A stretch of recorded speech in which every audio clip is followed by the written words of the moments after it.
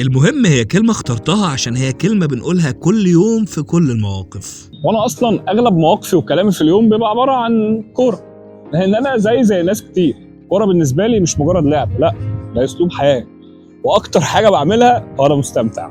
بالرغم ان اتمرمطت فيها كتير، وقعت واتكسرت بسببها، بفرح بسببها وبحزن بسببها، وبتكون مصدر إلهامي كمان. عشان كده لما الظروف ما سمحتش ان اكمل لعب كورة وحقق حلمي ان ابقى حارس مرمى كبير، فما قدرتش اسيب الكورة برضو.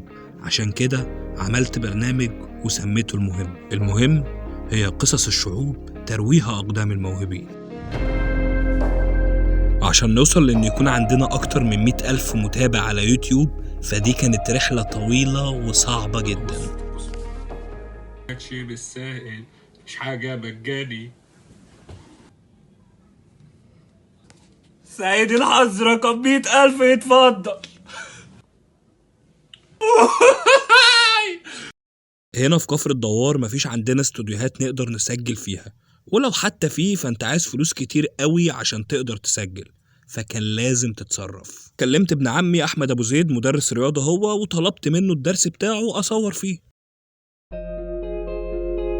انت تعرف عشان اصور اول فيديو ليا ده قعدت شهرين ولا حاجه احضر فيه، وانا اصحابي كتير فقلت اطلب منهم بقى. خدت بقى كاميرا من هنا، على كروما من هنا، على واحد يمنتج لي فيديوهاتي من هنا، واتقضت. وكل ده ومفيش ولا واحد من اصحابي خد مني شيلين، لان انا سكه ودغري معيش فلوس اصرف على المحتوى ده، بس الحمد لله اتقضت. اصحابي كلهم رجاله. استنى بس كان في مشكله، هجيب اضاءه للفيديوهات منين؟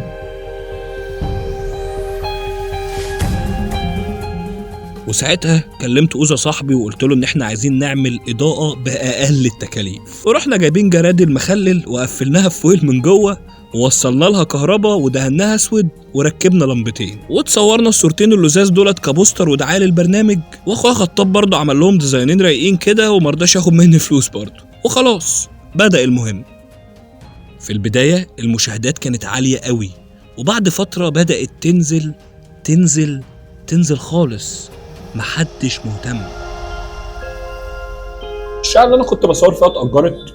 مصطفى موسى صاحبي اللي كان بيجيب لي الكاميرا واللي كان بيصورني واللي كان بيعمل لي المونتاج في الوقت ده ما بقاش فاضي، جاله شغل. المشاهدات كمان بقت في النازل، وانا خلاص بكتئب. خلاص مفيش اي بارقة امل تدل ان انا هكمل المهم ده. وفعلا انا كنت في اشد لحظات الاكتئاب وعنفها، لان خلاص مش هيبقى فيه مهم ولا هيبقى فيه برنامج. لحد ما ظهر الماحي وسليمان. الماحي فتح لي بيته لدرجة ان احنا ساعات كنا بنقعد نصور لحد 6 الصبح، وغير كده كان هو اللي بيمنتج الفيديوهات كمان. لو ركزت على وشي في الفيديوهات اللي كنت بصورها عند الماحي هتلاقي ان انا كنت بشر عرق، لدرجة ان انا كنت باخد فوطة بعاية عشان انشف. بس هتعمل ايه؟ ده المتاح ولازم تكمل. سليمان دايما كان بيشاركني افكاره، كان انا اقول له فكرة وهو يقول لي فكرة وبنتناقش مع بعض، لحد ما اقترح عليا فكرة وهي الفيديوهات القصيرة، الشورتس زي ما بيقول. حجة سليمان هنا ان الدنيا بقت سريعة، وبقت الناس عايزة انك انت تحاول تربيهم على الفيديوهات القصيرة الاول، لحد واحدة بتسحبهم لان هم يتفرجوا على فيديو طويل. وفعلا بدأنا نعمل شورتس. تيك توك بقى فرق معايا جامد جدا، والفيوز بقت في العالي، وبقينا نجيب ملايين كمان. وبدأت اتشهر لدرجة اني وصلت الامير عيد عن طريق لايف كلمته عشان بنحب اي سي ميلان زي بعض. بتشجع ميلان من بقالك قد ايه مثلا؟ انا بشجع ميلان من ايام جورج طبعا احسن لاعب في العالم. وبعديها الناس بقت عارفاني بالولد اللي بيلبس نظارة غريبة وتيشيرتات اغرب، وبيطلع يلخص لي قصة حلوة في دقيقة واحدة. خلاص بقى الماحي دخل الجيش، وما بقاش لا في مكان اصور فيه ولا حد يمنتج لي فيديوهاتي كمان. ورجعت تاني ادور على شقة اصور فيها فيديوهاتي، وكمان اشوف حد يمنتج لي الفيديوهات. خلال الفترة دي بقى عشان موقفش فيديوهات والريتش يقع، بدأت أعمل فيديوهات فويس أوفر من تحت البطانية عشان الصوت يطلع كويس. خالي قال لي خد شقتي القديمة في السنهرة وصور فيها. خدتها واشتريت إضاءات جديدة عشان أعلي الشغل كمان. بس كان في مشكلة، مفيش كاميرا صور بيها.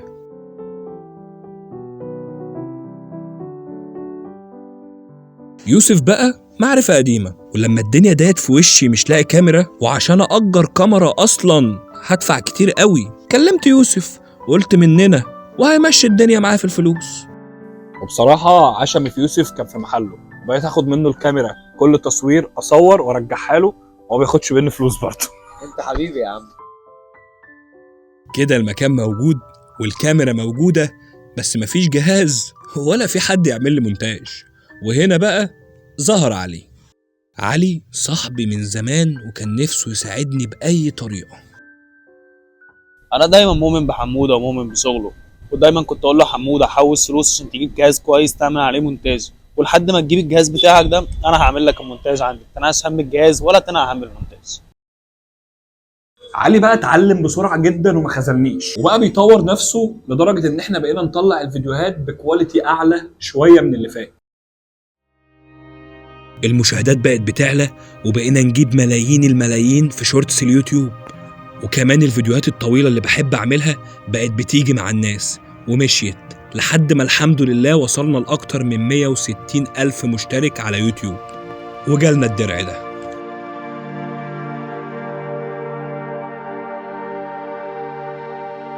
أنا نفسي 100 ألف يبقوا مليون و10 مليون، وكل الناس تعرفني وتتفرج عليا. ونفسي أخد فرصة، ما هو مش معنى إني من كفر الدوار وإني بعيد عن العاصمة وماليش علاقات مع حد يبقى مظهرش واخد حقي. لأ، أنا عايز أظهر على التلفزيون وكل الناس تعرفني على السوشيال ميديا، عشان أبرز وجهات نظري وآرائي اللي جاية من الشارع. نفسي أظهر عشان أكون صوت كل الناس اللي زيي، اللي بيدوروا على فرصة في أي مجال في الحياة.